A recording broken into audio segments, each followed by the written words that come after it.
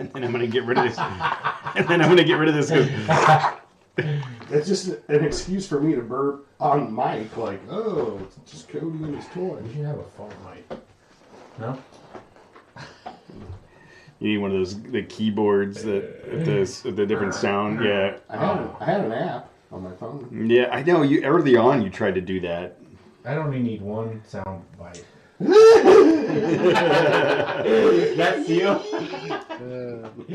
the only one I would need.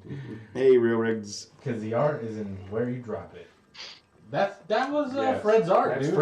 Fred is when you drop the soundbite. He's a master. He is a master at that, and they don't really do it much anymore because a lot of that stuff, his freelancing was during Robin's News, and they don't do Robin's. They don't do Rob. Oh my! There's people talking. I don't listen to Howard Stern, and there's more Howard Stern discussions on this fucking show. Well, dude, it was I used to listen to it all the time with my dad. He's a genius. I mean, but he's old now, so... What made that show was the Robin's News section. Yeah. That was, like, the best part, dude. Because they were just riffing. Yeah. It was just, like, podcasting, like, they're just being themselves. There's no fucking... There's no, like, no topic, right? It was just... besides Robin just reading the news, but it was them fucking just... So is that what we do every week, is Robin's News section? If it was the Howard Stern show, yeah, that would be... Jose's News. Jose's News. Yeah. Remember Crackhead Bob did the lyrics to Robin's theme song? That was, for a long time, that was the main one. It was so good. Yeah, see, we have our what is it, Whack Pack? Yeah, it's like a Whack Pack, yeah. So we do have a Whack Pack. Hold on. So Betty White is saying... They don't want to be in it, probably. Hold on, guys. Betty White is saying that Jose or Matt's mic isn't working. Can you guys... one of you guys talk? Check. Chickity check yourself before you riggedy wreck yourself.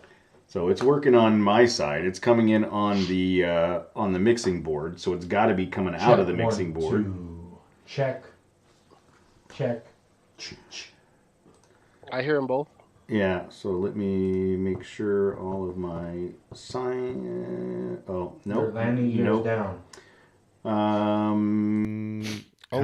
How about now? Only the front gear, like under that the nose better. is down. Yeah.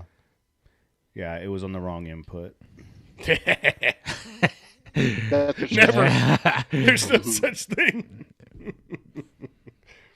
It's too easy.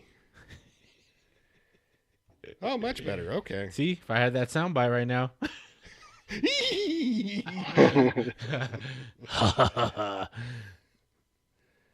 Yeah. Yeah, the old shit was the best, dude. With Jackie, yeah. No, Jackie Martling was the best.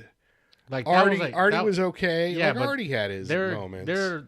Their like golden era was the Jackie years, right? Oh, of course. I tried to get an F Jackie license plate, and they wouldn't let me. And I wasn't sure if it was because like you know they knew what I was trying to get, or obviously somebody already had it in the state of California. But yeah, that shit's fucking hilarious, dude.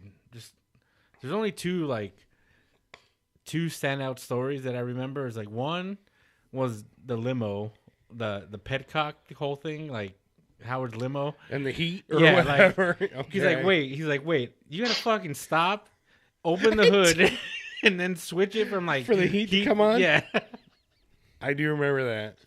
And then they were giving Jackie shit because apparently he was buying like all these like small ass houses, like right. That he had to use special toilet paper because it was like a septic system. He's like, I got a beach view from like the fucking attic or some shit. Yeah. See, that's classic fucking Stern, dude. Yeah. I don't know what the fuck that show is now, but nowadays it's like a lot of he goes to his parents a lot. Well, his dad just died, but he goes to impressions of his parents a lot. His dad's impression, he overdoes it. But his dad's impression was spot on. No, it was great. But now it's like hearing, all right, man, I'm tired of hearing like the song remains the same. You know, Led Zeppelin. Like I love that song, but if I got to hear it 5 times a day, I'm gonna burn out on it a little bit. So I'm gonna play that song 5 times. You know what the best was? My favorite was Gilbert Gottfried, and he'd come on and do Dracula Gottfried. I don't know if you remember that stuff. I remember her coming on. I just don't remember any of the clips. But it all began with the Vatican and like child molestation and shit. All right, and then it spun from like the Pope to Dracula Gottfried, and it was just so over the top. But this was on regular radio. It wasn't like on satellite. So you couldn't come out and say what he was implying. It was the art dude, and then I feel like Cody's our Tom. He's the director Tom, or no, it was Pig Vomit. But Tom was the next guy, right? Like he would always come and he would actually talk on the radio. I don't remember a Tom. Yeah, Tom. His what was it, like his broadcast director or something? Yeah, he would come in. He's all right. Like, you guys are fucking taking this shit too far. I don't remember that part. Yeah, he would come on every now and then and talk like, yeah, you guys are pushing the line. Shut it down. Yeah, shut it down. That's Cody. All right, we ready? Casey, you ready? Yep. 3, 2, 1.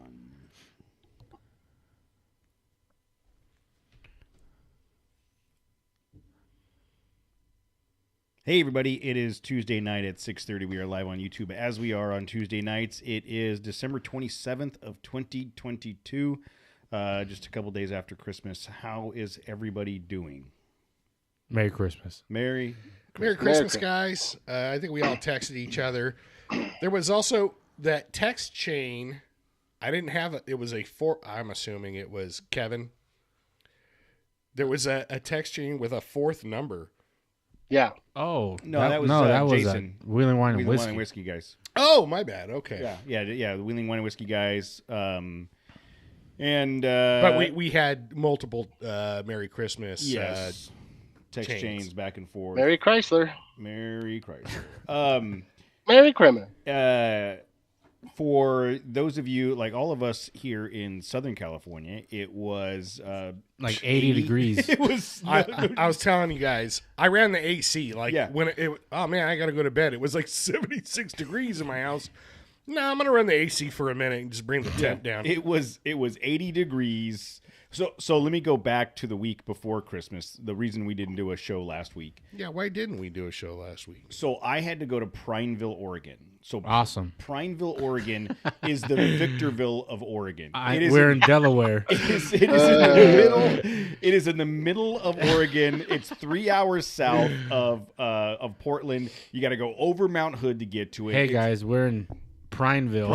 It's probably it's probably a population of 5,000. I'm gonna look it up right now. But so we get there, and the plan was I flew into Portland Sunday night, and I was going to be there through all day Wednesday, and then leave Prineville Thursday midday, and then take a 5 p.m. flight out of Portland on Thursday. So I get there Sunday night. We get to Prineville on Monday afternoon. We start working, and by Tuesday the weather's saying storm's coming in. By Wednesday, did your Achilles start hurting? That's how you knew. Yes. Yes, there's a storm coming. By Wednesday, I'm sorry. The town of Prineville in 2020 has an estimated population of 10,000 people. By Wednesday, the locals at the gas station were like, "It's going to be a bad one tomorrow. You better get your supplies." And I'm like, holy shit. Yeah, they're saying that. The Prineville locals are concerned about the weather on Thursday. I turned to my guys and I'm like, we're getting the fuck out of here Wednesday night. Like, I don't want to be anywhere near here Thursday. So we ended up working late all day, like late till on Tuesday and late on Wednesday to get everything done. And then went back to our Airbnb, grabbed our stuff, and drove back to Portland Wednesday night, and I changed my flight to 8 a.m. On Thursday morning to get out in front of the weather, and I'm glad I did. So how did that affect us not doing a show? I was working in the showroom in the store until 7 o'clock at night. You had to work late. Yeah, I worked until 7 o'clock at night to get as far as I could because I wanted to get out of there Wednesday. It was and you what's they're calling it now, like a polar vortex, the cyclone bomb in the Pacific Northwest. Yeah, the greatest is seeing all the videos in Seattle, like of people sliding around, like, yay! That's fucking crazy, dude. It's if your vehicle's not, if you're in the city, right, and those conditions just appear all of a sudden. Yeah, I mean that's what's gonna happen. It's gonna be chaos, you know. I would just sit at home, like I'm not gonna wreck my truck. Then again, that happens on certain roads around here. Yeah, well, duh. But I'm saying Seattle. I'm saying we be expecting it, and it still happens. Okay, but it doesn't matter how built up your rig is, dude. 4-wheel drive isn't gonna help you on the ice, bro. Sliding is sliding. Yeah. But I'm super glad. Oh, I have video. I'm super glad that I got out of town on Wednesday night. So when we got to this Airbnb in the city of Prineville, that everything's covered in snow, right? We had to drive over Mount Hood to get there. Everything's covered in snow. We walk up to the front door, and there's deer tracks in the snow in the front yard. I'm all, what the fuck is this? Get the shotgun. So Wednesday night, Wednesday night when we leave, we back out of the driveway and come around the corner, 2 houses down from where I was staying. There's a literal, what was it, Casey? A white-tailed deer? No, it's a mule deer. A mule deer walking on. Idiot. I don't know the difference. Can't believe you don't know the difference, bro. You're a loser. It was a goose. Casey, what's the difference? It was walking down the street, and when we came down the next street, there was 5 more in somebody else's front yard, just walking through the neighborhood. Right. It was fairly nuts. You can't take a shot at those? No.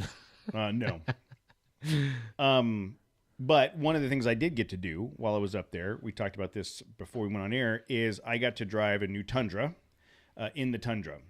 So on Monday morning, we got to the store. Come on. That was a good one. I'll allow it. We got to the store on Monday, and I don't have to laugh, but I'll allow it. There was some material I still needed that was at the shop. No, you must laugh. You must laugh. So one of the guys from the shop met me halfway, which is a place called Government Camp, and it's on the top of Mount Hood. And so I went from Prineville up to Government Camp to meet this guy to get the stuff to come back. And so I was driving the Tundra. It's the company truck, stock wheels. Like I said, I think it's got rear shocks on it, but that's it. And as you're driving, one thing you need to know, if you ever go to Oregon, everybody in Oregon drives the fucking speed limit. Like, it is the most infuriating thing in the world. Everybody drives the speed limit. Because they're probably polite. And they are super nice. They realize, like, it's going to take me an hour and a half to get where I'm going, and I'm going to make sure I leave a little early so I can drive as slow as I need to be safe. So and courteous. I'm leaving 20 minutes late, and I hope I got to haul ass. Like, F you guys. But... And I get the safe piece, right? But from where I was to the start of the mountain was 45 minutes, and then it was 45 minutes up the mountain. But from where I was to the base of the mountain, it's basically a 2-lane road with no snow, grass on either side, as far as you could see, perfectly clear, and there were still people doing 55, 45 miles an hour in a 65 mile an hour zone, like just. And if I've learned anything in my worldly travels, which is very limited, but I know this: we are assholes. We Southern Cal people. Me from and Southern, you? No, SoCal people. I'm gonna lump SoCal together. We are the assholes of the country. We are not courteous. We are not in cars. No. And we can't drive in weather at all. So it's kind of like a double. Whatever negative, like we're shitty people and we can't drive in weather, and then we go elsewhere and it's like, how come all these people aren't driving all that like a bunch of busted assholes like me, you know?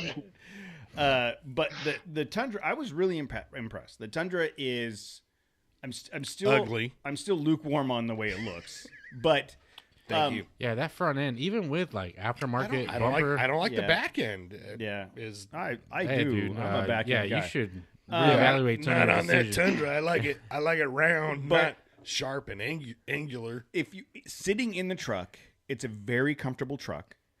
It's very nice to drive. The dash. The only thing about the controls was I had my phone hooked up to it in the Android Auto. Like even without the Android Auto, That's your first mistake.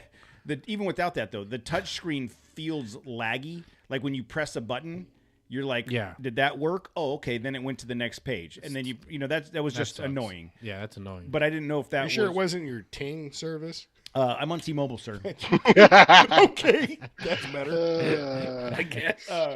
But the truck itself, powerful, ton of power. Like every time I came up to one of those people that I wanted to go around, boom, just took off, no problem. Very comfortable. What is the horsepower rating? I don't know what the horse is, but is it like 380? It's a turbo 6. Oh, I thought it was a naturally aspirated V8. It was last gen, the new one with like close to 400. Yeah, the new one is twin turbo, 3.4 liter twin turbo V6, 410 horse, 389 horsepower. Okay, the horse is something torque, right? 479 torque. That's a lot, dude. That's robust. That's good. It feels really, really good. The motor feels great. It's very stable. It's very predictable in driving. It's very comfortable. Like going back to a full size truck, having all that space. It's very nice. The ride quality, I'm sure. Yes. The full size truck thing, dude, is one thing that it's like a thorn on my side. It's like I still kind of want to go back to that full size life, man. The whole time I was driving, like even like driving, once we got to the mountain and it was like actually snowing, everybody just got in a line and did 45 miles an hour, which is okay. But the one thing that I still feel my position on the full size is that yes, it had power, yes, it was comfortable, but it felt very lumbering and not nimble at all. At all. So my style of driving, truck, right? Yeah, my style of driving, it's not going to be as nimble as your little truck. No, I know 100%. But my style of driving is catered to that truck. I like the quick, the nimble, the small, the light. It feels lighter. Yeah, I prefer that. So okay, like I get that same feeling in my truck, even with the big tires or whatever. But I still miss my Silverado. It had like 305 horsepower or whatever, just barely, just a little bit more horsepower than my Frontier does, but it was still like I could fat out in that truck. Like it was just comfortable, and I could put my arms. I had a big old armrest on it, and it still had horsepower to where all right, I'm going to pass this guy, and it just did it. Yeah, and it was comfortable. If you were doing 70, 80 miles an hour on the highway, like. Yeah. You just kind of got in your comfort position and just, hauled ass. Especially if you had a little weight in the bed. Yeah. You had your dirt bike in the bed. Yeah. It was super smooth, very comfortable. 100%. And I do miss that. Yeah. But day to day. I just like the idea of carrying as all the shit that I bring. Because the full size wouldn't care. I could take all the stuff I normally carry, but the full size won't care about it. Where the Frontier is like, dude, there's a lot of shit back there. Hey, Holmes. Yeah. I'm carrying a lot of shit right now, right? Motherfucker, you put a fridge. Yeah. Yeah, I mean, if I had the opportunity to build out another rig, I think it would be the last gen Tundra. Yeah. Like a V8 one. Yeah. Put some gnarly suspension on it. There's an owner of a Toyota dealership that bought the very last generation one that was available because he knew he didn't want the new one. Yeah, a lot of people they kept selling good because when that shit got unveiled, they're like, "What the fuck is that?" He was like, "Nope," and he bought one. Just have it.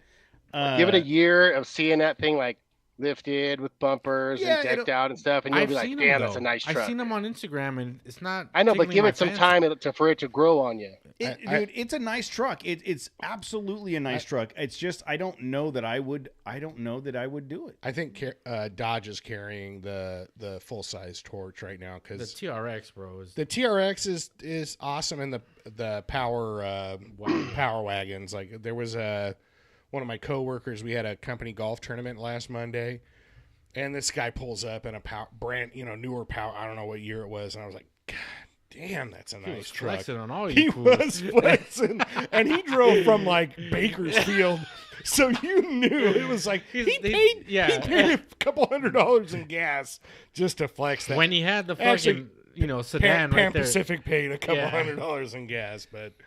Yeah, I mean, still, either way, it had that like graphics package, and it just I wouldn't touch it. Like maybe just put slightly wider tires. 35s. Yeah, I think I'd go with the Rebel. Yeah, and the Rebel is the next level below, right? Yeah, I mean, and I was it's just like looking at the between. Rebel is super nice. Like just Does it come with a rear locker? Yeah, it does now. It didn't when that trim package first came out. It didn't, but now it does. when the Rebel first came out, it was more of an aesthetic than anything. IFS on the Rebel, or Yeah. Yep. No, I would love a Ram Rebel, and in a perfect world, I would have a full size truck for like a daily, you know what I mean, and then my little truck for wheeling, and 4 other trucks for other things. But I do miss the days of having my Dodge, full size Dodge, as my daily driver, or weekend vehicle, and then my Jeep or whatever as an off roader. But I don't know. There's just so many good 4x4 trucks out there now. It's like, dude, they're like, we're in the golden era. Like I said about battery powered tools or whatever a few weeks ago. Like we're in the golden era of power tools, guys. They're just kicking out shit you didn't even know you needed. Like, oh my god, I gotta have it's 20 volt. I gotta have that tool. And now, dude, you know what I just bought that I didn't know I needed to have, but I bought today? A powered cutter. Cutter. Have you seen this? It's like for PVC pipe? No. Like lazier, a metal shear? Lazier than that. It's literally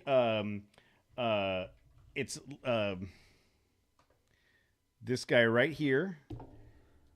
It's like shears? Like electric shears? It's an electric cutter. Oh. It basically has a wheel on it that rotates. Oh, it's a grinder with it's a mini lazy fuck. It's you know what it is? I have 432 boxes I have to break down to get into my trash can. And I started doing it with a razor knife, and my hands were so sore. Sawzall, dude. Sawzall. That's how I broke down. Did you really? Yeah, with a Sawzall. Cordless Sawzall. I bought this guy. It's great. It was totally worth it.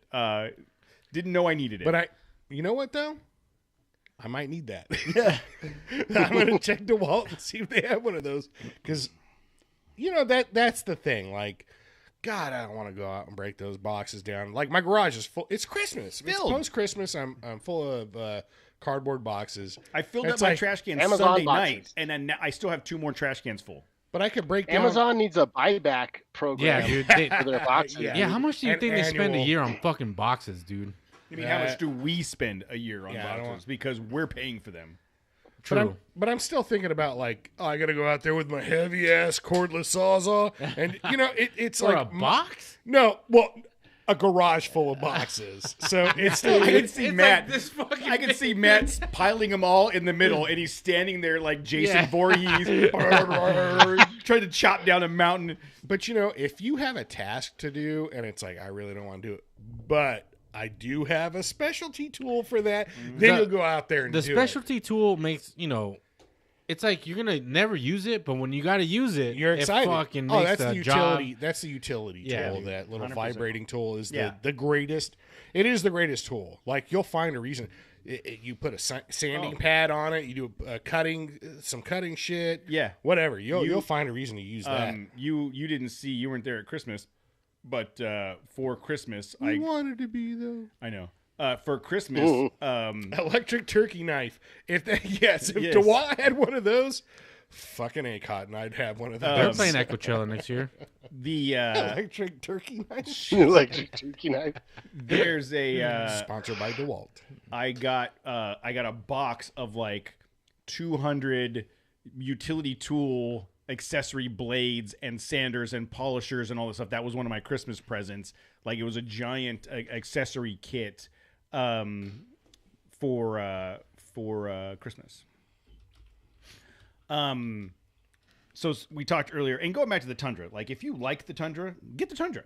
It's personal preference. It seems like a great truck. I'm just saying, I didn't like it enough to make me want to switch to a full size. Yeah. But speaking of loading up trucks, did you guys see my video today? Mm-hmm. I did. So let's I'm going to go on the record. Fuck Home Depot and fuck Lowe's. Just like Okay, I'm gonna go with you on that. All right, yeah. so I got you. Go on. I've been there.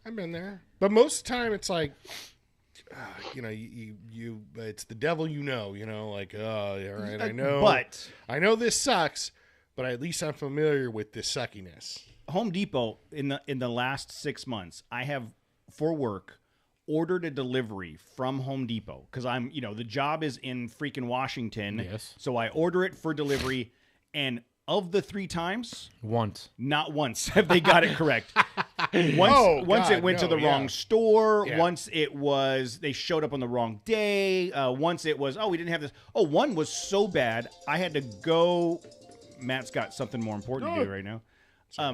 Once it was so bad, I couldn't get a hold of anybody at the store. I had to drive there, and they were like, yeah, we don't know if anybody ever pulled this. It was just bad.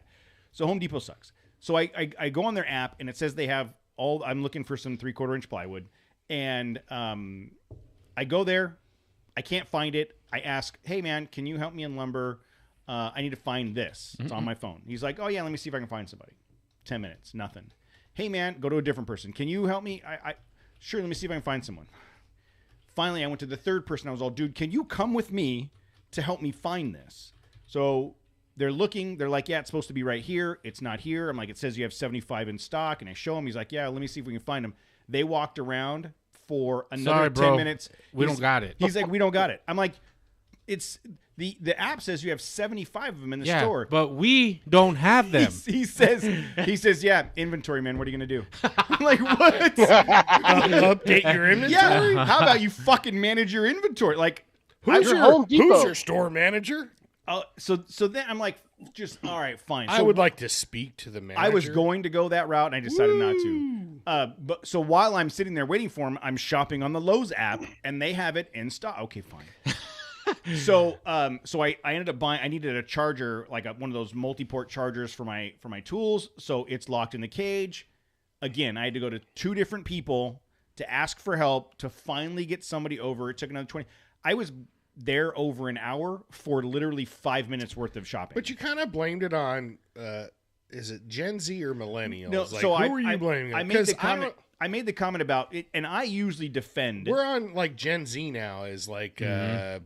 Oh, I guess you're right. Yeah, but these 20-year-olds. Maybe you don't want to blame millennials. Yes, maybe because you even credited like I don't like to crap on millennials. No, because I feel like but there's a Gen Z now. So yes, don't I forget about them in the same. I forget about the Gen Z. I apologize all right. because I feel millennials get a bad rap for the shit that there's our 4 generation. millennials that listen to us and 0 Gen Z. I guarantee you, and it's all Gen X and boomers. Millennials that listen to our show. What's the post World War II baby boomers? Those are boomers. Those are boomers. All right. Yeah, we're still boomers. I feel like millennials get a bad rap for the shitstorm Gen X created. That's how I feel. So psych. It's okay. Well, whatever. So, anyways, my point was like these 20-year-olds that are working at Home Depot. When you're like, hey man, can you help me out? They're like, yeah, sure. Let me see what I can do. And you watch them. They walk down the aisle, they talk to their buddy, then they walk over here and they look around because they can't find somebody, then they go talk to somebody else, and they're like, there's no sense of urgency. Well, there's no ownership anymore. No ownership, none of it, right? So I finally get myself out of Home Depot and I go to Lowe's. There I was. There is that. I don't even know if I want to say anything, but there's that argument like, dude, I'm making like $12 an hour. What do you want from me? Like. Yeah, but that's all you'll ever make if that's the attitude you have when you're making $12 exactly. an hour. You'll never make more than $12 an hour. But I was climbing. I don't want to say this, but they'll also never buy a house because houses are crazy now. But again, there's also a lot of arguments about We're raising the minimum. I know, fucking dangerous territory. There's a lot of conversations about raising minimum wage to help people do stuff, but. I'll tell you that just means everything else costs more. The 7 people I worked with today fucking don't deserve a dime. Yeah. So, and think back. I don't know about you. And I do agree that the youths of our day, yeah, you guys need to step it up. They don't in general. I want them to like amend the whole millennial thing because I'm a millennial technically, and I feel like I don't belong with those fuckers. Yeah, well, no. So you're raising the bar for them. You and Tammy are there's a first gen millennials. They're starting to call you guys transitionals because you're in that transition. Well, he already did that. Yes, between Gen X and like true millennials, because you didn't have a cell phone in high school. So no, anyway, I had a beeper. I know beepers. You could be. I would rather be like pre-X or something. Like, just don't call me transitional nothing. If you've ever had a Nextel, then you shouldn't be a millennial. Agreed. I had the blue one. Motherfucker, I had a pager. Hashtag bring back Nextels. Okay, I'm sorry, zennials, not transitionals. God, you're a zennial. Yeah. It's the micro generation of people on the cusp of Generation X and millennial demographic. So you're a zennial, Xennial. So, anyways, then I get to Lowe's, and it's a similar. Xena for short. Yeah, you're a Xena. Ooh. Again, talking about transitionals. So then Xena. There's no. Remember that? Yes, we know. There was some stuff there. I don't know. Never mind. I don't know if it had anything to do with transitions. So I get to Lowe's and there's 6 sheets. I need 10 sheets. I'm like, oh fuck, this is gonna be it says they have 50 or something in stock. I'm like, oh shit, here we go again. So I do the legwork. I get the part number off the app. I verify the part number. Did you load the 6 that were there already? Yes, I fucking loaded these, right? So then I find the pallet up on top on the overstock, and so I find a guy, and I'm like, hey, I need to get a pallet down. There's not enough on the ground. He's like, he comes with me, and I'm like, it's this one right here. I just need that pallet down. He's like, all right, let me go see if I can find someone with the forklift. Takes off. Fuck. So I'm standing there waiting, and I walk down to the end of the aisle, and he's standing at the big door, like talking to someone at the counter. Like, what's he doing? I don't know.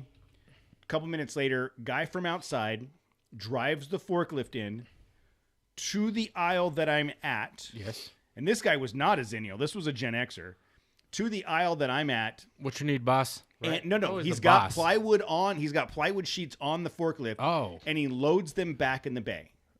That is 30 feet from where I'm standing. Hey, man. While you're here, can you do me a favor and get this pallet down? Yeah, let me see if I can get someone for you. He says exactly. Let me see if I can find someone with a He's like, hold on, I gotta help somebody else out. We'll take care of you in a bit. Okay. So he backs out and takes off. All right, so I'm waiting. The guy comes back with the forklift, goes to the aisle on the other side of me. I'm like, okay, cool. Turns off the forklift. Fuck off, dude. I was all, hey man, before you shut that thing down, do you mind getting this pallet down for me? He's like, oh, I talked to somebody else. They're going to come with a forklift right now and help. And he gets off the forklift and walks away. I'm like, I'm getting punked right now. I don't even fucking understand. So then 2 Gen Zers come down and they're trying to figure out how to block off the aisle. And then one of them shows up with a smaller forklift. And I shit you not, Matt, like the whole time I'm standing, they made me get out of the aisle. I'm standing there watching this kid. The fork is pitched like this. I'm like, he's gonna fucking destroy everything on that pallet right now. I just need 4 sheets, and I'm not gonna get any of them because he's gonna wreck it. He's trying to. He's got the forks pitched so hard that he's spinning the wheels, trying to get it underneath the pallet. Finally gets it figured out, dropped down, takes forever. They're like, okay, man. Once they get it down, they unbundle it. They're like, all right, man, you're good to go. So I undo the gate and retract it and walk back there thinking, okay, I've been waiting for a half hour now. These guys are going to help me load the last 4 sheets. Nope, fuckers disappeared. These are 4x8 sheets of 3/4 inch plywood. They're not fucking light. They just bailed. They're just done. So I loaded 10 3/4 inch sheets of plywood by myself onto the cart, went out to my truck and unloaded them and brought them here. I had to unload and unload plywood 3 times. And it took me probably 3 hours to get 10 sheets of plywood. 10 sheets of plywood and 2 pieces of 2x4. So I'm gonna tell. Well, it's not really a story, but I just don't relate to that. When like my first job, I mean, I had numerous first jobs, I guess, or whatever. But when I actually got into the air conditioning heating industry, I had to go to the shop, and things. It was a different time then. There wasn't computers and cell phones or whatever, and hey. What's your PO? There was none of that. It was just, hey, my boss would let me know the day before, okay, we have a cut in or a change out or some kind of residential work, and I'd show up at the shop at 7 a.m. And while he was coordinating whatever he was doing, I felt, dude, I'm on the clock right now, so I honestly felt obligated. Like, I gotta be productive. I gotta do something. I would walk around because they own property in it's all developed now, but in Rancho, like Etowanda, Mm-hmm. and he had a ranch up there with, at that time it was wide open, and he just had like a shed. What century is this, bro? The 20th century, and he had a shed with like some sheet metal tools and some that was able to lock up, and then he had like a little shed that was an office, but it was like a well built, conditioned space, his office.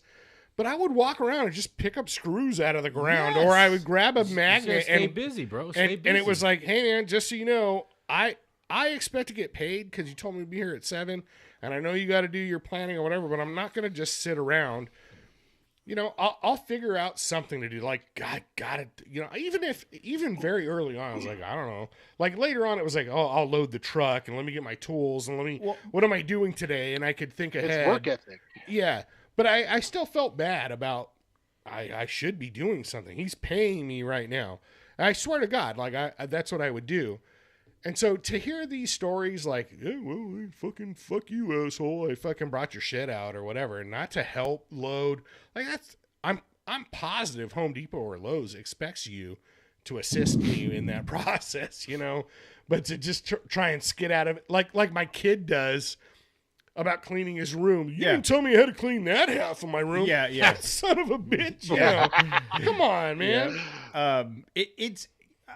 Same thing, Matt. Like, I remember as the young kid, like if something needed to get from the truck, I ran to the truck. My boss wasn't going to go get it. I went and got it. 100%. When we got back to the shop, or when we first got in the shop in the morning and there was trash in the back of the truck, that shit was cleaned out because I knew other stuff had to get loaded in. Yeah. And like there was a level of hustle, I feel like, with myself and the people that I worked with at that age that doesn't exist today.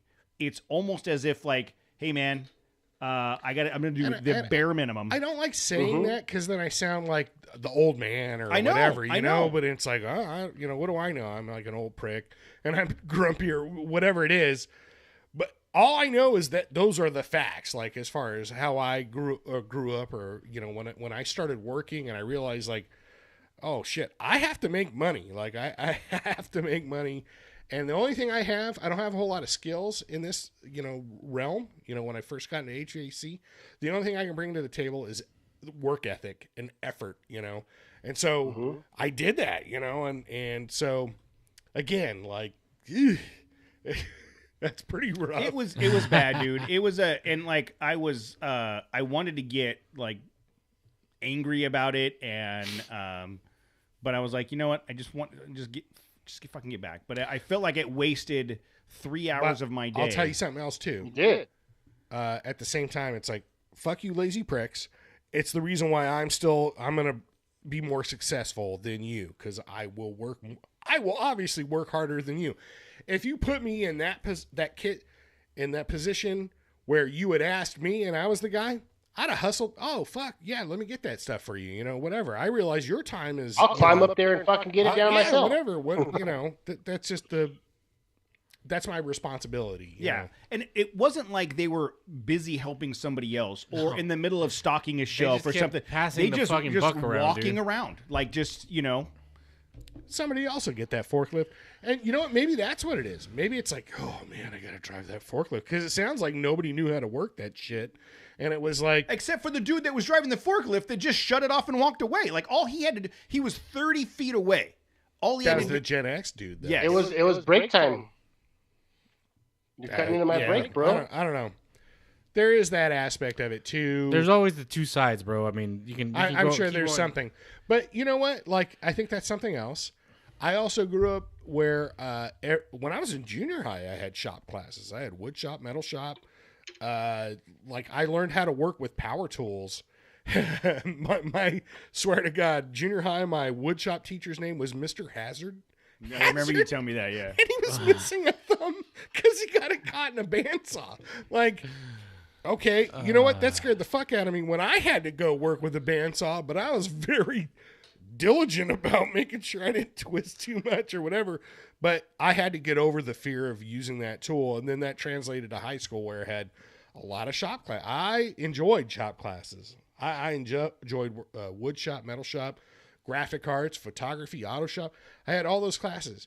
They don't have those classes anymore.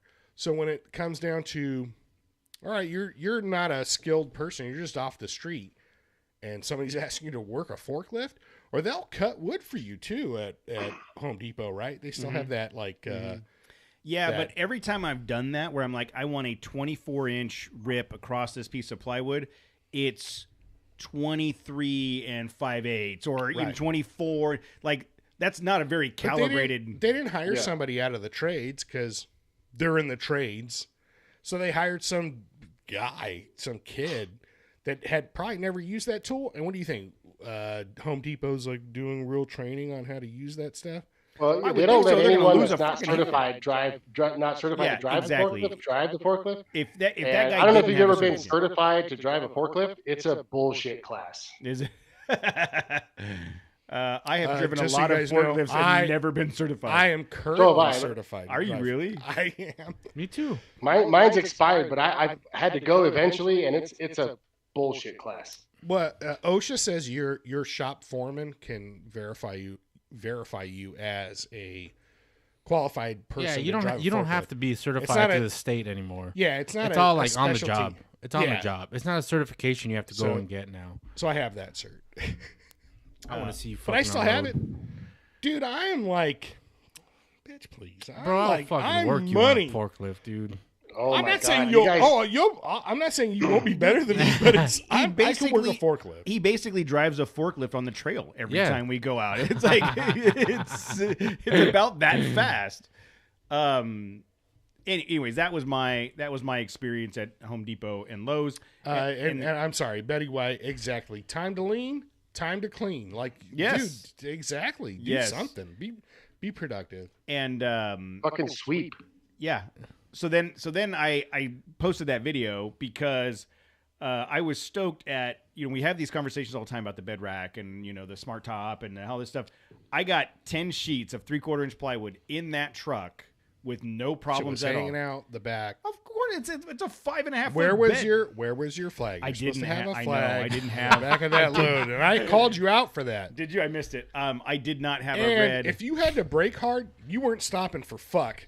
Oh no. So when that shit was loaded, from I saw that shit and went, God dang! I hope you were doing at least 20 miles per hour below the speed limit, because if you had to stop, you ain't stopping. From my house, instead of going up and over the freeway like where the main drag is, I went all in the background. Smart. The super, all right, at least you knew better. Slow, mellow, didn't have to worry about it. You should. They have those red plastic like flags you can tape on stuff. I was so frustrated by the end of that 3-hour experience. I just had to get out of there. Isn't the rule 3 foot though?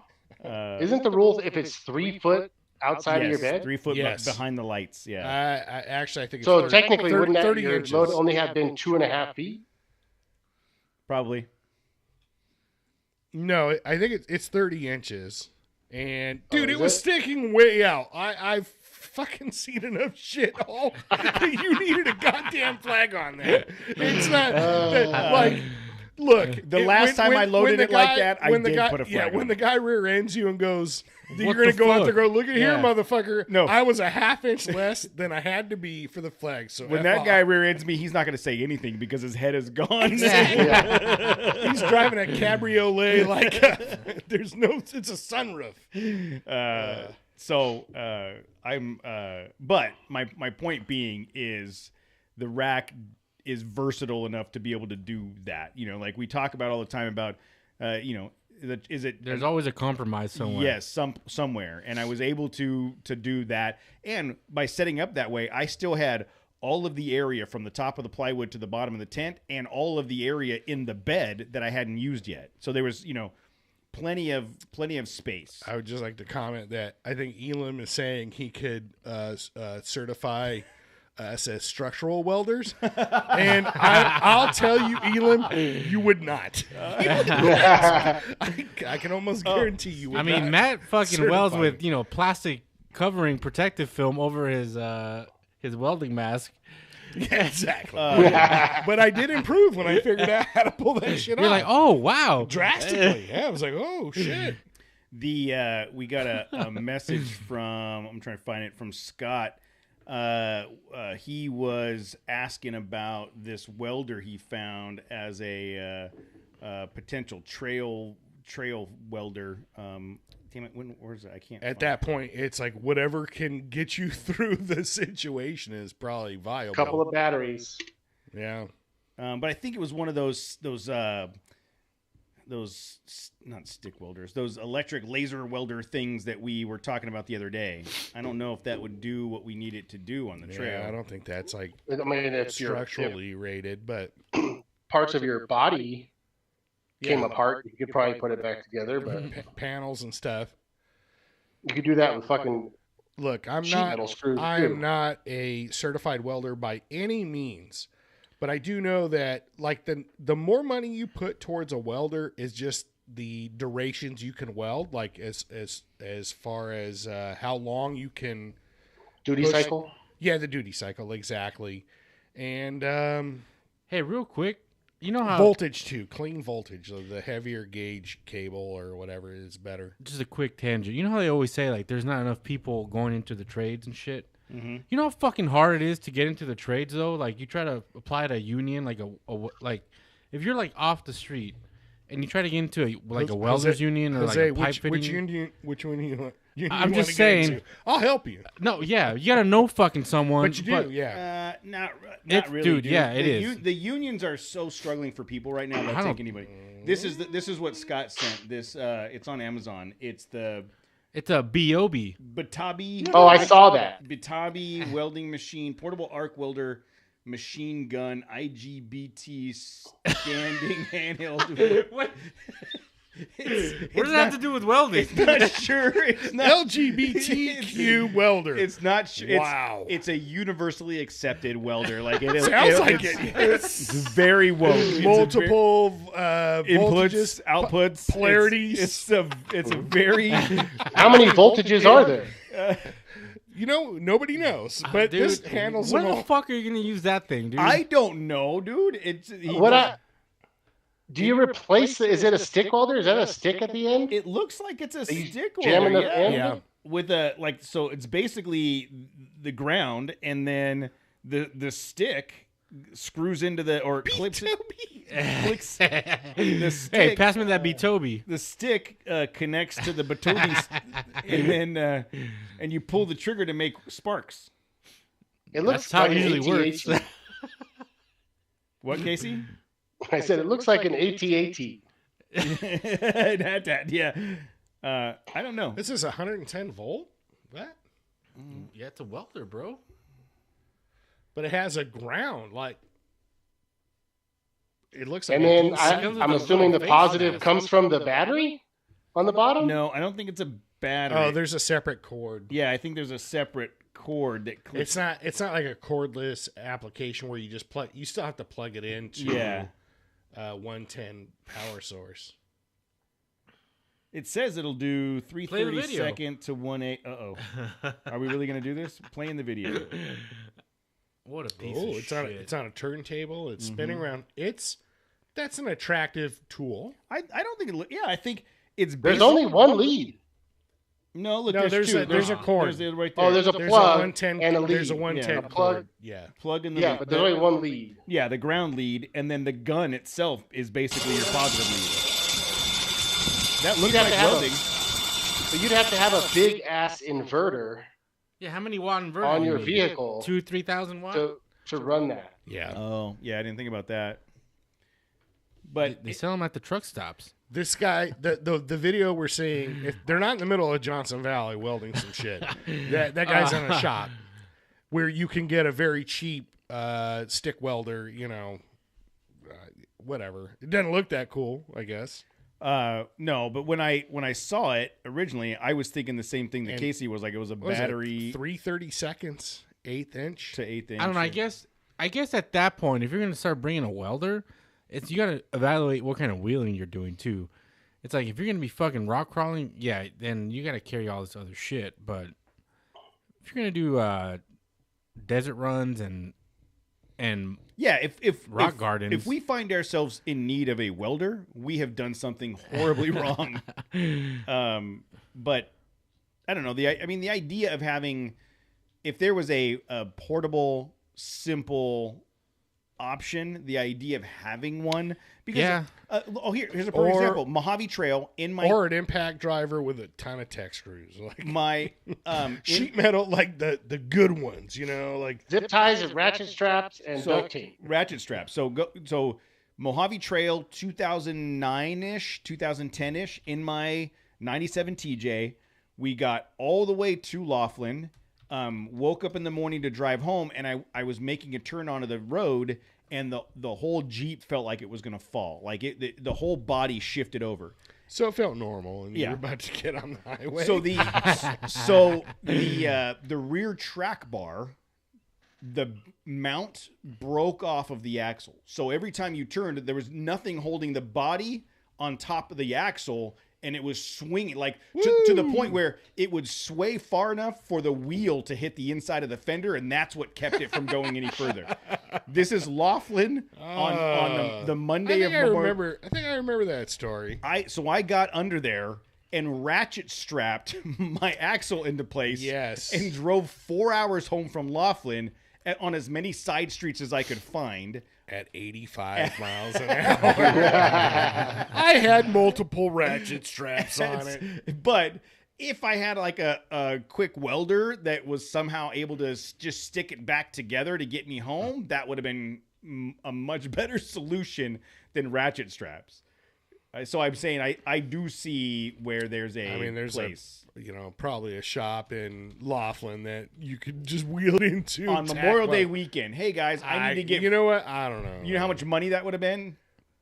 You're gonna drive around with a welder like always. Hey, so Lee Lim's in the chat room right now. Mm-hmm. Dude, you know he was out there that night we were out in the lake bed? No. Yeah. He was maybe I had some friends at work that were out there too. We drove right by him. I mean, he sent me a message like when we were live streaming. He sent me a message like send coordinates, but I'm like, why would I saw that? I thought he was joking. Yeah, me too. I'm like, why would I send you coordinates? He ain't gonna come down from fucking up north. Yeah, and then I did not know he was on his Instagram. Like he's like, yeah, out in Johnson Valley, fucking drinking. I was like, what the fuck? Oh no, dude! And then it's just like, I tried. I'm like, I'm sorry, Lee. I saw the send coordinates. Yeah, and I thought he was just messing around. Yeah, dude, I didn't know he was actually out there. Yeah, but yeah, and then you couldn't find us because we're ninjas. Like we're very stealthy. You couldn't find me because I was asleep at 8:45. But it's so crazy. He was probably fucking within 5 miles of our camp, dude.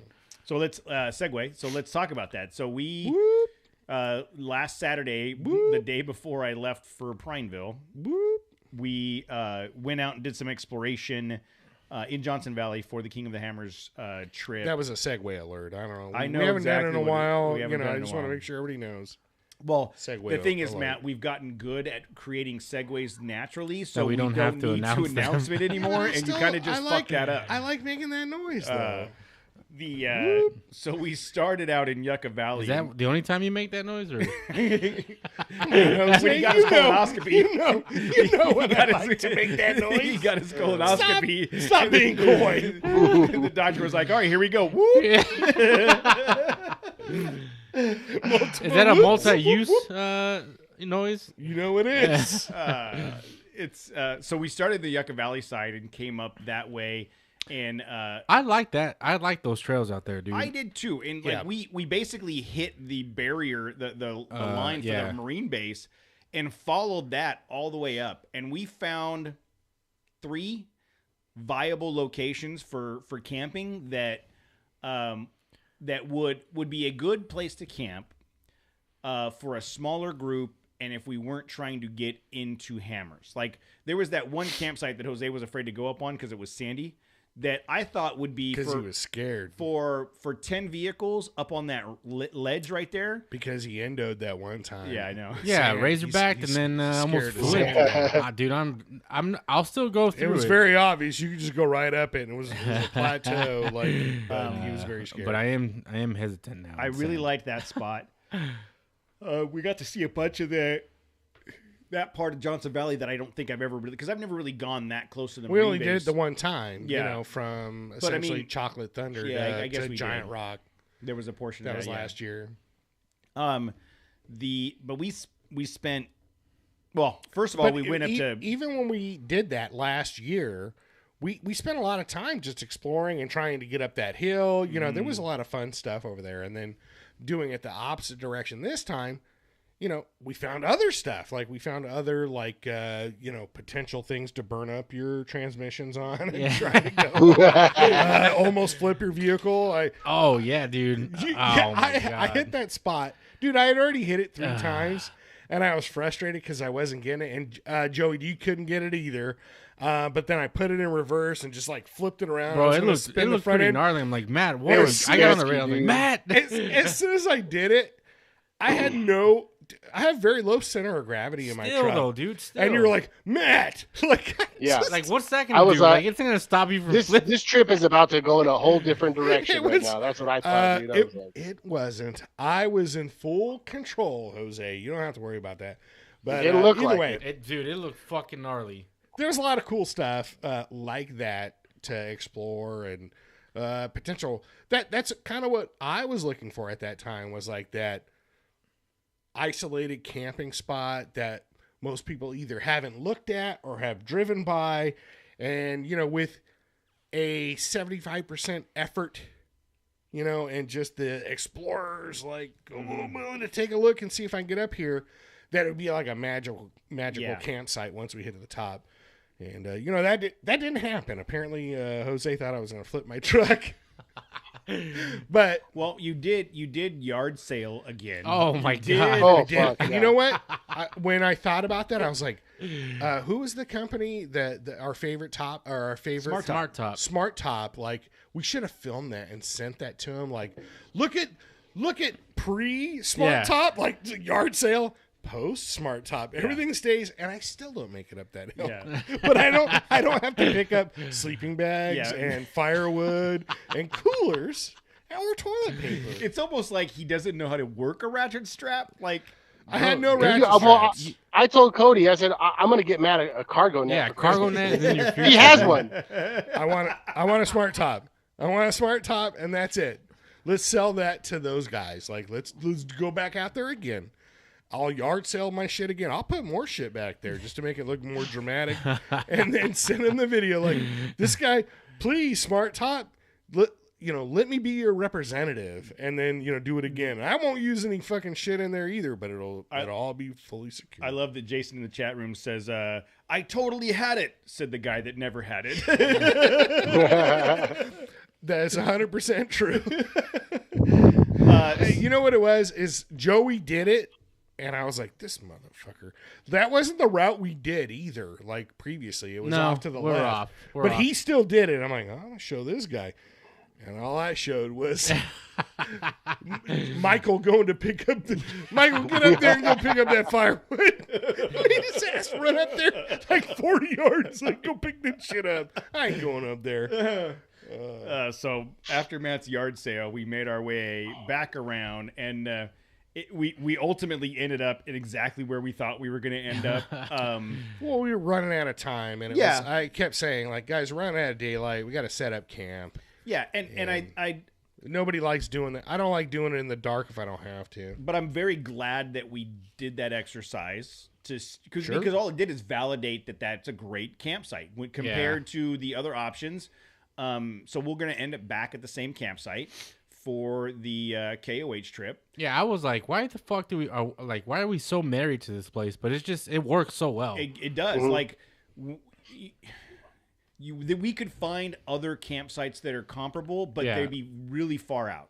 Yeah. I think that they'd be really far out. But this one's like, any direction you go is like 20 minutes to all the major obstacles. everything. 20 to 30 minutes to Hammertown. You're 20 minutes from everything Yeah. that you go to Hammers for. Yep. Yeah. Yeah. So that's happening. We are going to be going. I will be reaching out to members of the Patreon page individually and asking if they're going to participate in this trip. We're not going to make you guys run through registration or any of that stuff. We're going to reach out to each one of those people directly, ask them if they're going. And it sounds like Mark is already ready to go. Yeah. Elam's already been there.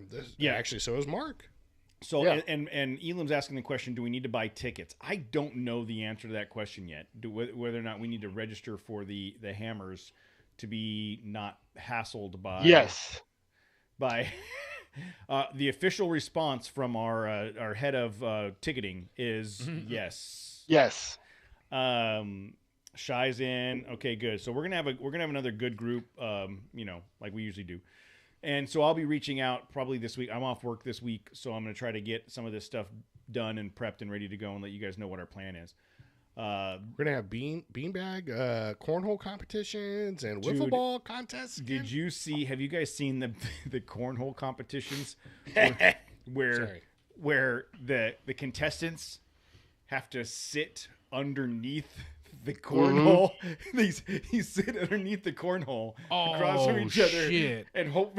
And if you get a slam dunk, it's more than a slam dunk. Yeah, I'm not playing that. And then that's not fun to me. I saw another video for another campsite game that could be good. So picture beer pong, but since we don't do that, you don't do that. It's 9 pieces of bread with peanut butter on it. I'm out. And you have to bounce the ping pong ball onto the bread and play tic-tac-toe to try to get it to stick. No? No.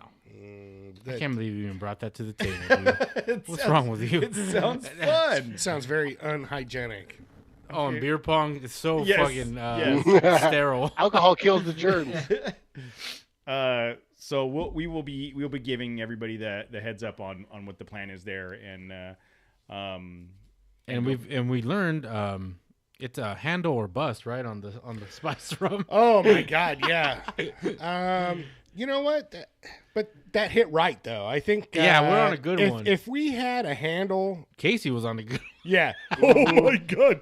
He had his head in his like he was regretting life. He questioned a lot of things that night. Yeah, I'm all, dude. It was just like I went a little bit hard in the paint. Well, I had planned on. I had planned on. Joey had said he had Fireball, so I planned on doing Monster Balls, and I didn't pay attention, and I had drank way more of the monster than I wanted to. You had to have, because you. Well, so here's the thing. Even Michael was like, "What was wrong with Uncle Cody?" I drank more than half the monster, and I was like, "Oh, I wanted to do some monster." Hey, Joey, you said you had Fireball. He's like, "Yeah." So I'm like, "Hit me up," and he poured it heavy, and I felt bad. I didn't want to waste his Fireball, so it was all Fireball, and I had to do it quick. I had to just 3 quick drinks to get it down. I was asleep at 8:45. That was 30 minutes later. I mean, it was fucking cold out there. It was cold. But then, and I don't know if the temperature variation correlated with the alcohol consumption, because it stopped being cold for a while. There was no wind, so yes. And then it started getting cold again. But dude, we had a shitload of fucking firewood. And my electric blanket worked. So so did mine. So you had talked about how you're like, yeah, you can kind of tell it's on. No. Hold on. So prior to going out, that weekend or whatever, I had gotten that blanket 3 days before. So I pulled out the battery I was going to run it on, the regular NiCad, or whatever, acid battery. And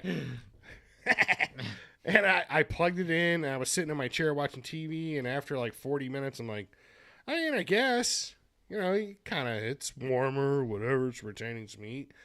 That night, again, I brought it out there. I put the blanket in my sleeping bag, so I was going to lay on it. And then at 9 o'clock, I plugged it into the battery. I think I went to bed at midnight, and my sleeping bag was toasty. Yeah, toasty warm. When it's 20 degrees outside. Yes, that just enough heat. There was just enough heat on that little blanket I did the same thing. I laid it down inside my sleeping bag, and I climbed in the sleeping bag. I never got cold all night long. When I woke up in the morning, I woke up at like 1:30 in the morning, and my first... You were gone early. It was 8:30, 8:45. Like I was no. You gone the next morning. I got up at like 5 to go take a leak, and you were packing up, I think. Yes. But I woke up at like 1:30, and my first thought, because I had the refrigerator plugged in and the electric blanket plugged in. You're like, fuck. And I was like, let's see. And I did the remote start on my truck. Boom, it started right up. Okay, cool. It'll run for 15 minutes and then shut itself off. So I let it do that. And then I fell back to sleep, woke up at 5, did the same thing. That's actually a pretty cool feature. It is. Your truck will just run for 15 minutes. minutes. Yeah, if you do the automatic start, the remote start, it'll turn on and run and at 15 minutes it shuts itself off. So at 5 o'clock in the morning, I did the same thing and turned it on. Boom. I don't want to compliment his truck, but I mean, it seems like kind of cool. Ford owner.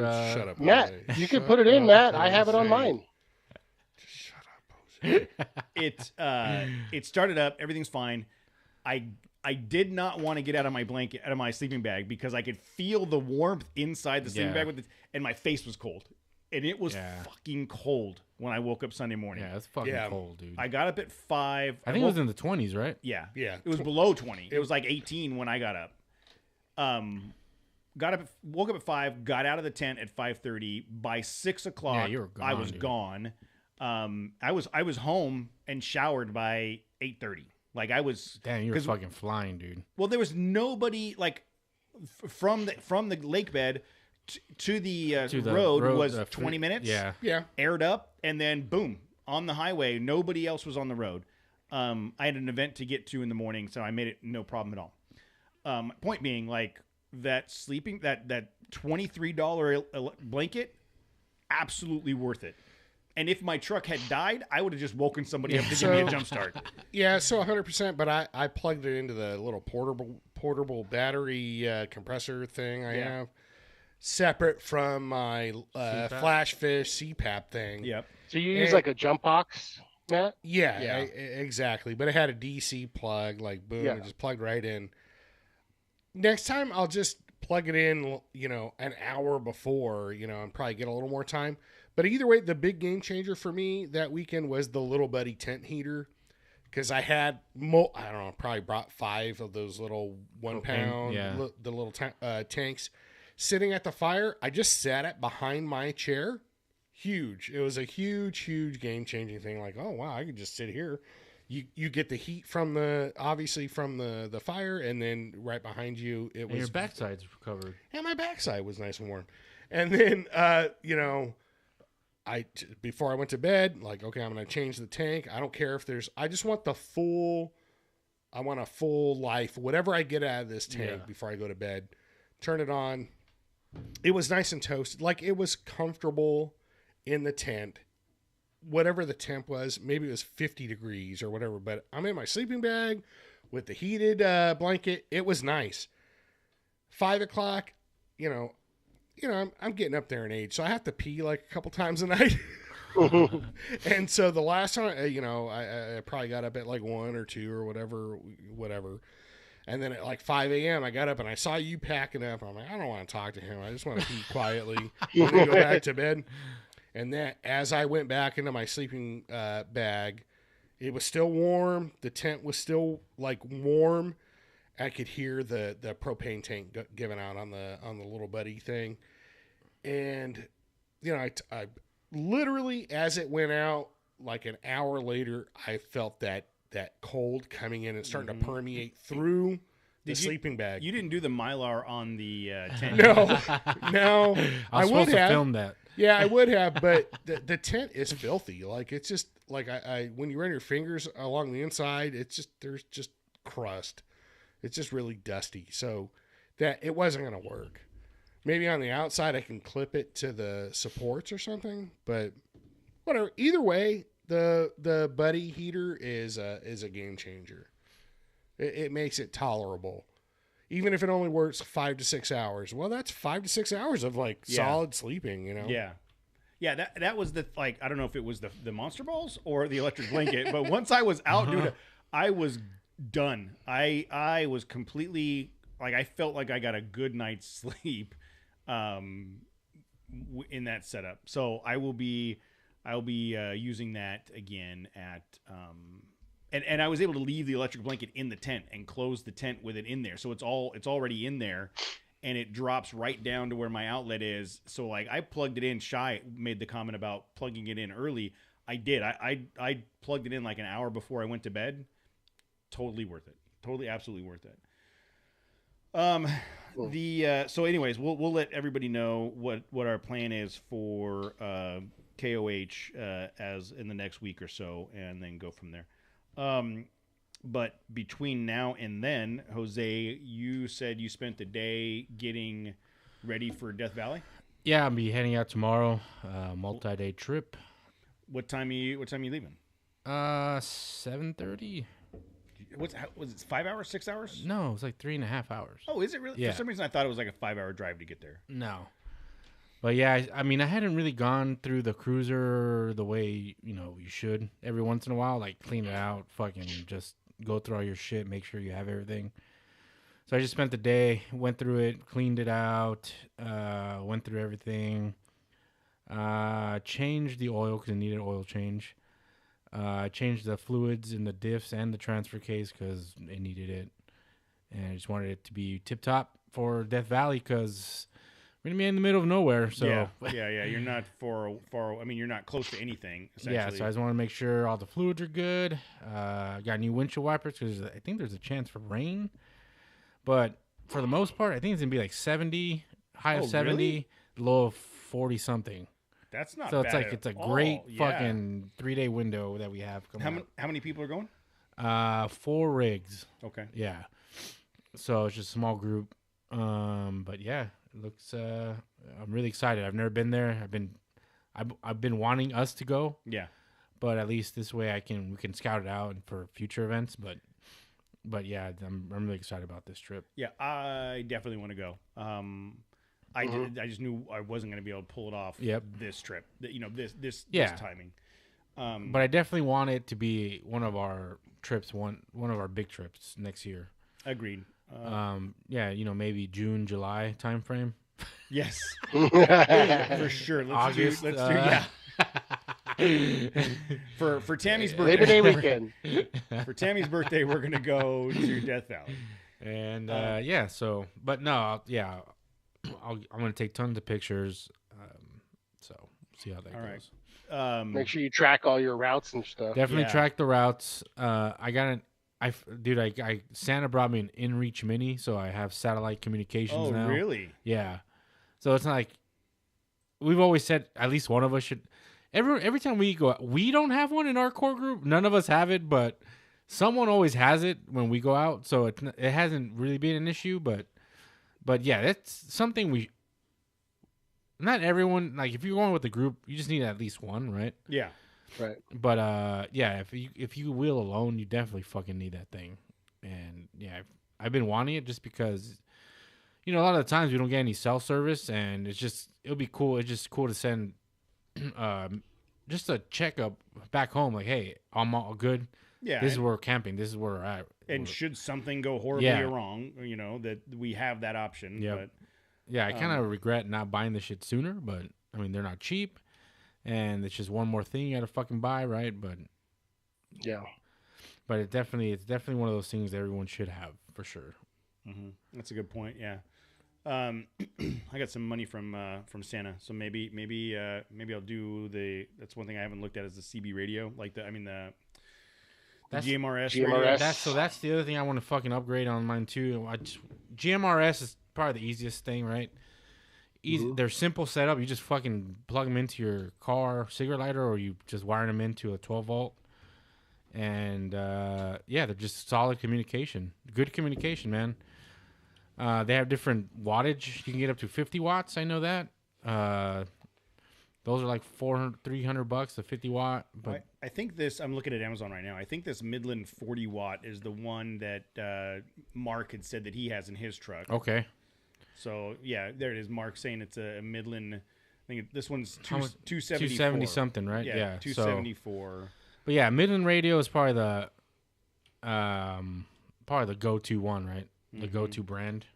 I know there's other ones. So the Mark gave me the model. MXT 400. Yeah, Jason's saying the MXT 575. That's the 50-watt one. Okay. Yeah, this is the MXT 400. So question, because I'm dumb, and Mark may need to answer this in the chat room. So obviously, never mind. I'm just answering my own question. With this radio, we can plug it. We can type in the, whatever frequency that we're on, and still communicate to people on the Baofangs. Yeah. So each channel has a frequency. Yes. Like there's a core. Each channel 1 through 21 has a fucking frequency you tune into. But there's channels, I think, like 13 through 19 or some shit, or 7. There's like a small clump of channels that you don't have access to because they're like for official use or some shit on JMRS. You wouldn't put in like the 462 dot. No, blah, you just blah, blah, switch blah. to channel. You'd go to 12 channel 12. You know what I mean? But I'm saying, my point being is if someone shows up with a Baofeng radio, we can go, okay, we're on channel 12. The frequency for channel 12 is 1, 2, 3, 4, 5, 6. Yes, exactly. So. 1, 2, 3. Mark's already got the channel, the correct channel 15, for the one we usually use. And I was looking into it. It's like the channel 20 and 21 are like the strongest ones. Okay. So those are the ones that they allow the max output on. Yeah, this is saying 65-mile range with no sight obstruction, 5 to 10 mile range with major obstructions, so average of 15 to 20 miles. So yeah, Lee has a good point. It only works with the Baofeng if you unlocked it like you did with all of ours. Yeah. Mm-hmm. But if you get it right off of Amazon, it won't work. Oh, I mean, it's easy to unlock though. Yeah. Just if you're buying a Baofeng, buy it with the cable. Is it like up, down, left, right, yep. BA? That's it. Yes. But yeah, I didn't do the unlocking. I mean, it was pretty straightforward, right, Cody? I mean, you did. So when I bought the radios, I bought the cable, and you plug the cable into the side of the radio and the USB into your computer, and get an application called Chirp or one of the other ones, and just go. You download a profile from the internet and then load that profile into the. The last time I did that, I got into a lot of trouble. Yes. Your boss said you can't do that on a company computer. No. But yeah, so that's what I'll. I was gonna buy some tools, but I think maybe this is a good use of that money. But yeah, Betty White's saying all the Baofengs that he's had have been unlocked out of the box. I think no, the ones we had weren't not unlocked, or they didn't. At least they weren't programmed for GMRS. No, it was just a ham radio. Yes. But yeah, just buy the one with the programming cable. Yep. You guys are not talking about video games, right? Like no, we're talking about radios and stuff. But yeah, just that Midland radio is the next thing I want to do for sure. I mean, I think I was looking at like the 25-watt one or something like that.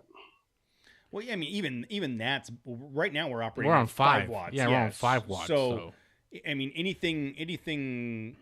So here's one for $87. That's that 50-watt. That's the one that Jason's it's talking like about. $300. $400. It's $400. Yeah. Woo! Fancy pants. I don't want to talk to any of you for $400. if I'm look. There's a reason why I only have that 5 watts because I'm out of range. I don't want to talk to you guys anymore. It's a 15-watt one. Is the one I was looking at. It's like $170. MXT 275, 165. Okay. Damn, they have a Bluetooth dongle now for the phones on the. And that one, Cody says 50 miles max, 10 to 15, ideal with limited obstruction, and 5 to 10 miles obstructed. What's the model on that one, Casey? MXT 275. And it's a 15-watt. I don't know. I'm not going to fuck around. I'm either going to go to that 40-watt or 50-watt. Like. Yeah, well, that's what I was just about to say. So that one's 100 and I'm not even finding it here, but he said it's $165. For $100 more to get that 40-watt one. Yeah. I mean, $100 is $100. I get it. For $275, yeah. I mean, I get it. I don't even know what I'm responsible for $100. Like that's $20. Never mind. I think we've established like $20. Oh, and the other thing I need to do before hammers is I had put those chase lights on the bed rail of the back of the truck, and then I put those boxes in front of them so you can't see shit. So I either need to relocate those. I definitely still need to do that too. Or I was just gonna get like Iron Man has the that's what I was telling Casey. Orange... The ones that you have on the corner ditch lights, you just buy 2 of those. Well, we have the they're just orange work lights. They're work lights. I'll find them right now. They're super like simple and reasonably cost. So I wouldn't do the cubes, the 3-inch cubes, because they're brighter than you need for that application. But you have 2-inch cubes also. Yeah. Oh no, 3-inch cubes, the 20-watt ones. So for $110, we've got 10-watt amber work lights that are just they're just amber lights that you can mount on the back. You can mount them on the back of your rack. Yep. Yeah, those. Yeah, boom. That's and just. I think those are the ones Matt has, right? Like you have same style. Similar. Yeah. Nope. Well, they're just yours are just rectangle amber lights. They're not this, but your chase lights. I mean, they're cubes. That's what I'm saying. They're not flashers. They're not bars. Oh no, they're just this. like that. Yeah, they're 2 amber pods. Yeah. That was rectangular. Mine are square. Oh, excuse me. Yeah, they're one and the same. That makes a difference. I don't know. They're not the same, Jose. A square is a rectangle. A rectangle is not a square. You're right. A squared plus B squared equals C squared. Anyways, so yeah, I'm excited for Death Valley. 3.14. What? How many digits can you draw? That's it. There's 7s, 2s, and 5s. But again, I have that little ice chest, and for 3 days, like I'm fucking stressing out on the. Take my fridge. I don't have anywhere to plug it into. What? I don't have a fucking outlet in my truck. You don't have a cigarette lighter in the truck anyway. Oh yeah, I do. I thought it was a 110. No. Oh. Take my fridge. All right. I was like, fuck, but I don't know where I'm gonna fucking trap it down. Figure that out. The back seat. You put it in the back seat and put the seatbelt over it. Yeah. Oh, okay. I've seen you drive. You're not going fast enough to knock it off the seat. Jose, put it on your lap. You can literally put it on the passenger seat so you can reach your beer on the trail. Oh, fuck yeah, dude. I was just like, dude, I don't know how the fuck I'm going to make three days of ice last. Leave right now with my it's been cleaned out and everything, ready to go. Cool. But so lights, it's another, lights and communications for January, for February. I mean, we all need to focus on that. That's the 2 mains. We got to hit. What I've discovered, or I know that I'm going to have to do, like I have the fridge, which is great, but I still need the cooler, just an additional cooling capacity, I think. For just multiple days worth of stuff. So by stuff you mean beer? Yeah, because I guarantee there's the beer can still go in the cooler, and slosh around. But the fridge will keep my food perfectly clean. I guarantee you, there's enough room in that fridge for one person for 4 days with drinks and food and everything. You just have to leave. They get cold at night, overnight, Matt, and you just toss them in the fridge in the morning. They'll be cold within an hour. Look, you still have to have power to run the fridge. I don't have that. The fridge is going to run with me as I drive around, I guess. Yeah, but at night you can turn it off and it'll stay cold all night long. Well, yeah, because it was 18 degrees. Yeah. Like I just open the door and it's like shit'll be frozen the next morning. That's not necessarily what I'm worried about. I still feel like, all right, I'm not as dependent. It's just like a super bonus to have the fridge and all your food in there, meats and meats. and then at the end of the trail when everything else is sloshing, fucking A, I still have something that's like a freezer. You know, I can cool my shit like really quick. Even though everywhere around you, you're trying to stay warm and whatever. But yeah, I'm still gonna bring one cooler. For beer. Yeah. Well, I like that laugh. but you could. What I've done is like you have the you fill the refrigerator up and you put 12 soda cans in there, and you have another 12 in the truck, and then you just swap them out. The question I have is like the different compartments. Like there was the one in the very back. Yeah, that's like black. Is that the freezer? No. Does that get cold first? No, that gets less cold than anything. Oh. So the two main, it's one main compartment with the basket makes it two, right? Yeah. That's the refrigerator. And then that little shelf in back it keeps things from being room temperature. It keeps it from being spoiled. Like you can put stuff up there, like you can put cheese up there, right? It doesn't need to be 30 degrees, but you also don't want it out in the normal. It's your crisper. Yeah, it's the crisper. It's the crisper in your fridge. Okay, I'll give you that. But yes, there's. Does your fridge have a crisper, Jose? No, mine doesn't have it.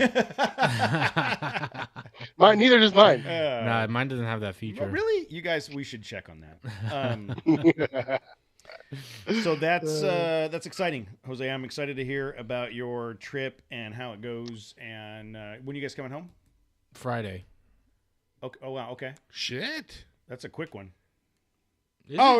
Okay. Yeah. I thought you meant like a week. Oh my God. No, that's just 3 days. Yeah. Okay. Wednesday, Thursday, Friday. It's scheduled Friday, but I don't know. Fucking might come back. Might decide. Fuck it. Let's just camp one more night. Well, I wouldn't want to drive back on New Year's Eve. or New Year's Day. New Year's Eve? Like, dude, no one would be fucking driving on New Year's Eve. I don't know, dude. On Saturday morning? Have you ever driven on New Year's Eve? Yeah. Saturday morning, dude. It's Saturday. Most people are already at their destination by Friday evening. If you say so. But we'll talk about it when you get back. Anything else, guys? I think we've touched on all of the topics that I had listed. Mm-hmm. We could reference the movies we watched over the Christmas holiday. I didn't watch any movies. Oh man, I watched a bunch of movies. Number 1, Avatar. Avatar 2. What is it? Something to do with water? Way of the Water. Way of the Water. You know what? I should have known that. It was good. And that Nobody else? No, I didn't. I didn't watch a lot of movies or TV. I watched on Netflix. There's a show called The Recruit. I watched half of the season on the flight up to Oregon and half on the way back. It was really good. Oh, I lied. I watched season 3 of Jack Ryan. Okay, I gotta watch that. It's good. It's really good. I like Krasinski. I like him. Yeah, no, he's what from The Office? Yeah, Jim. Yeah. He's just jacked now in this show. Does he pull it off? He does. That's quite a 180 degree. Yeah, from The Office to being a jacked fucking CIA so operative. Chris, look at Chris Pratt. There's Parks and great Recs, point. Chris, That's and good. there's Star-Lord. But he's still goofy as Star-Lord. Did you guys watch Terminal List? Yes. Oh, that was good. That was a good show. I've read all the books. Oh, really? Or I've read. Who the fuck is this guy? I listen.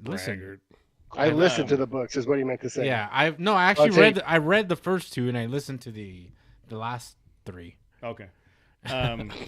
So we'll do a campfire movie review at at Hammers. The books I can't recommend enough, dude. They're fucking good. Yeah. I was really surprised at how good Terminalist was. It kept popping up, and I was just it's tough. If you're a father, oh yeah, dude, it is a tough watch. There's a couple spots in there where you're like, oh my god, like Chris Pratt, Terminal List, yeah. Okay, it's good. I thought I saw that. So the Terminal List is the first book of the series. Oh yeah, of that author's series, of that character series. That's the first book, the Terminal List. So that character continues on in other books. Yes, Ooh, it's like an ongoing thing. I would watch the other ones. I would absolutely watch that. Just based on that first one. Yeah, but it's like I want to say like 70%, parallels the book. Yeah, so it stayed pretty true to the book, but the book is obviously way better. Okay. Well, I think that's enough for the night. We've been going at it for an hour and a half, and what's up, Adventures Northwest? Oh, speaking of Northwest, people in the Northwest, I hope you're okay. It's crazy up there. I see a lot of frozen road videos. Yep. They seem hilarious. Cars sliding around. To us, because I ran my AC this weekend. Yeah. So hope you guys are okay. We're gonna complain about the dry 20-degree weather in Johnson Valley, and the fact that it was 80 on Christmas Day. But it did sprinkle here today, so we've got it too. Don't worry about it. I barely made it here because I had to put the windshield wipers on. I know. I had to find out how do I put the wipers on again? I think it's over here. It's really tested my muscle memory. All right, guys in the chat room, thank you for hanging out with us. Everybody have a great night. We will talk to you later. Laters. See ya.